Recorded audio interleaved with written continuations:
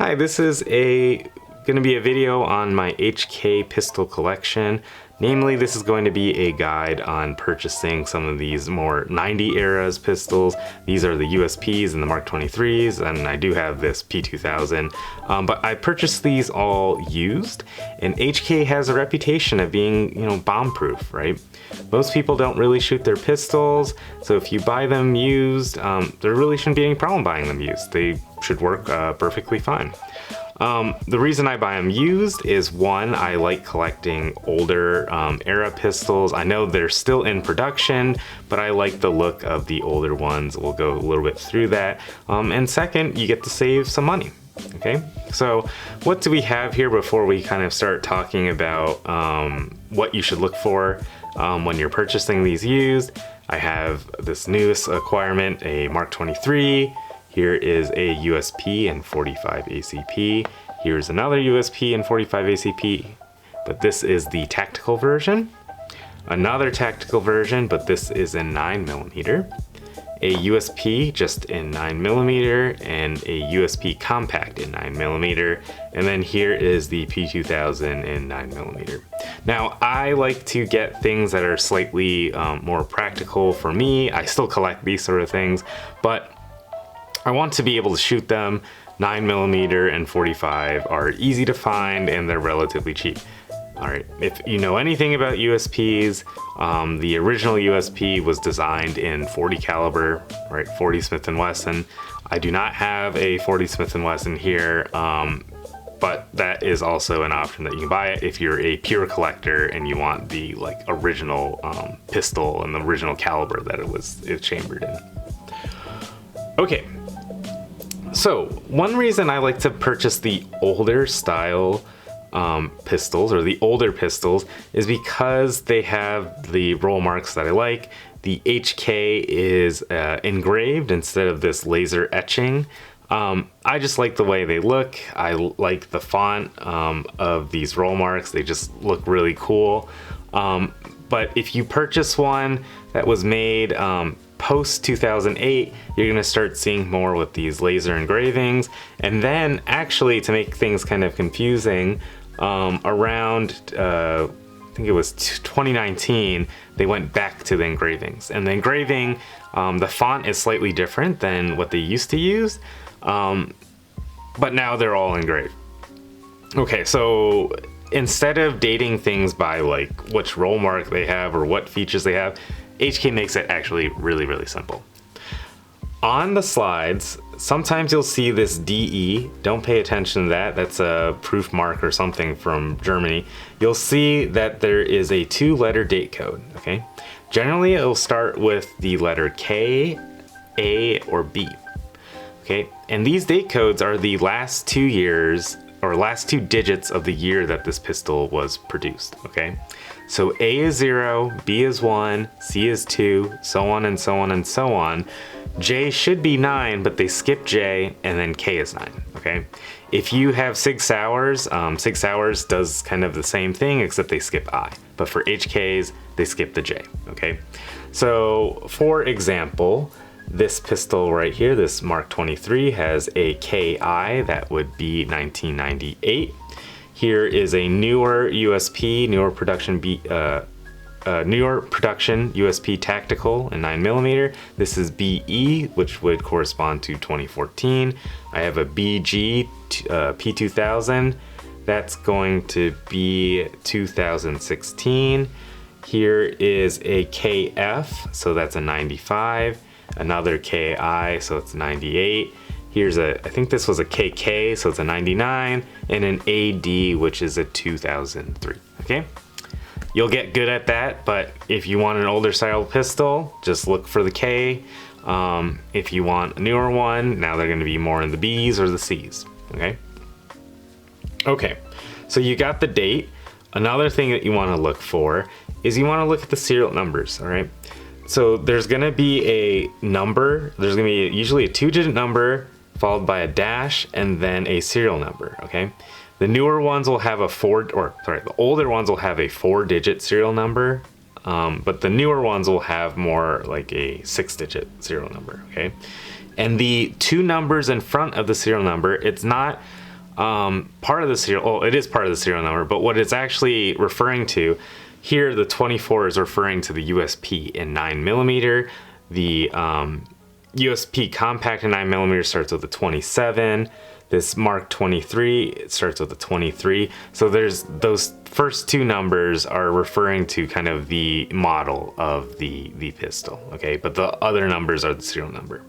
Okay, when you look at the serial number, you wanna make sure the serial number on the slide, the serial number on the barrel, and the serial number on the frame are matching.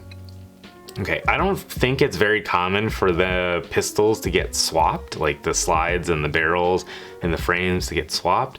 I know that can happen in like some more war production pistols where they'll just clean everything and then put them all back together. The only reason I think really you would see that the serial number of the barrel or the frame are not matching is if there was a replacement at some point. So sometimes these frames get worn in and someone wants to get it replaced. H&K will do it for a fee. They'll cross out, they'll demill your old frame or your slide, and then they'll give you a new one. And the numbers might not necessarily match, okay? Okay, so you looked at the pistol, you know the date.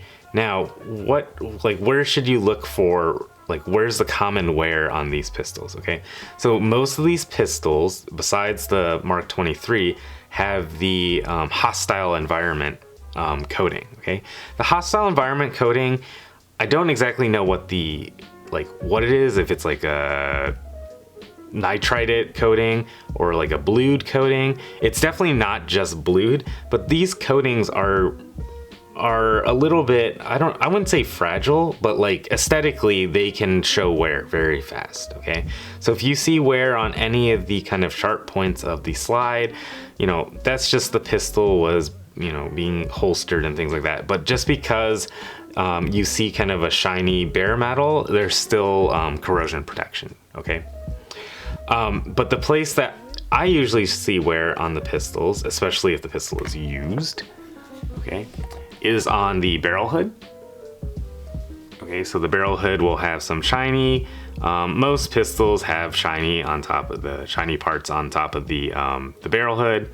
And then you'll also see some on the side where the extractor claw is kind of scratching onto it, okay? Now these Mark 23s, if you, like Mark 23s are kind of a whole different animal. These have a different coating. The newer ones have the hostile environment, but this one, if you can see, it's kind of like a mirror finish. This is a kind of a paint. This is called the maritime finish, and it is very fragile, okay? So it wears off very quickly. And you'll see scratches and things like that on these pistols a lot easier. Okay, so wear is okay. It just tells you, you know, was the pistol shot or was the pistol handled? But like I said, these pistols are kind of bomb proof, so there's lots of barrel life left over. Even if it has wear, they just kind of wear pretty fast, okay? Another thing that you'll want to look for, that I typically look for when I look at how the condition of the pistol or how much it was shot or how much it was carried, is by looking at the polymer, okay? The polymer is kind of the first thing to kind of get wear on it, especially if it's carried. You'll see it's kind of like a Glock. I will show some close-up pictures, but this polymer has some texture, okay? It's like a little bit of a rough coating, okay?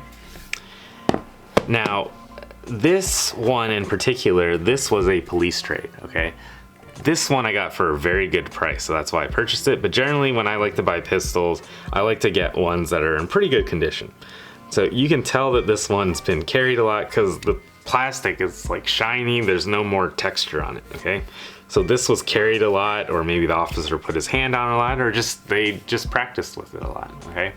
So if you want something that's a bit newer, again, look at the polymer, see if it's shiny. It shouldn't be shiny, it should be kind of rough if it's in newer or good condition.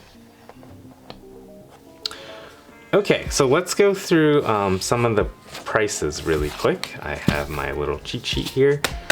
Okay, All right, let's just do the prices because people are always interested. So this is current for January of 2024. I just looked all these things up on Gunbroker. Now, people make the mistake of, oh, it's worth what someone's trying to sell it for on Gunbroker. No, it's worth what someone paid for it on Gunbroker. So these are all prices that people paid for these pistols. And I'll also tell you how much I paid for the pistols myself.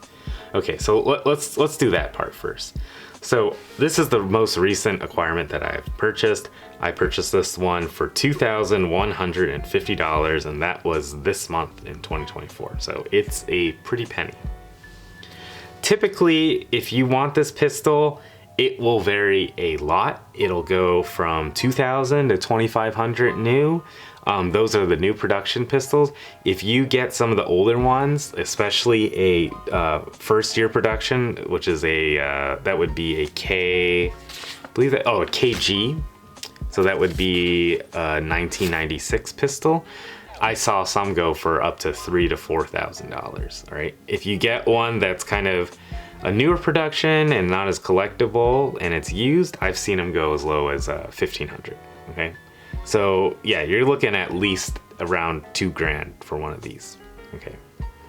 Okay, this USP45, I purchased this USP45 in September of 2018. I got it for $420. This was from GT Distribution.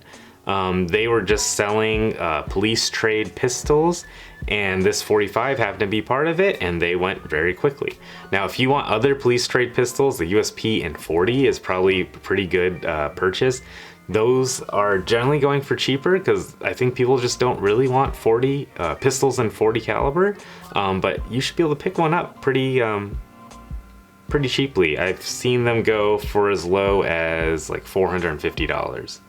Okay, so the USP in 45, I've seen them go for $500 used, but if you're buying it new, it's going to be more like $900. Okay.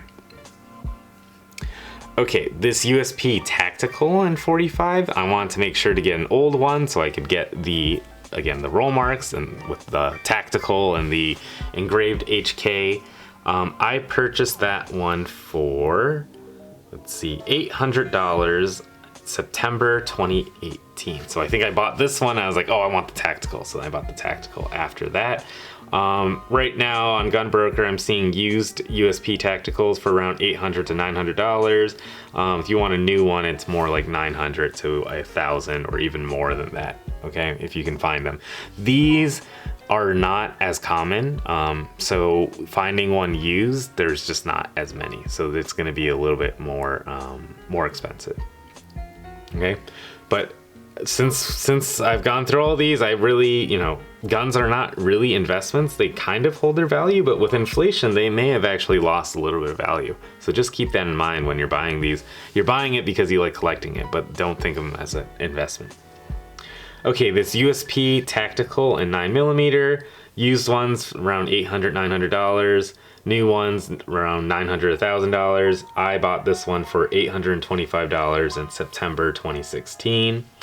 This USP 9mm, I got that one for $490 in September 2018.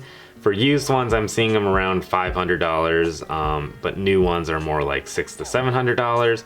This USP Compact, these can be used around $500 to $600, but the newer ones are more like $800 or $900. So you can save a bit of money if you get a used USP Compact.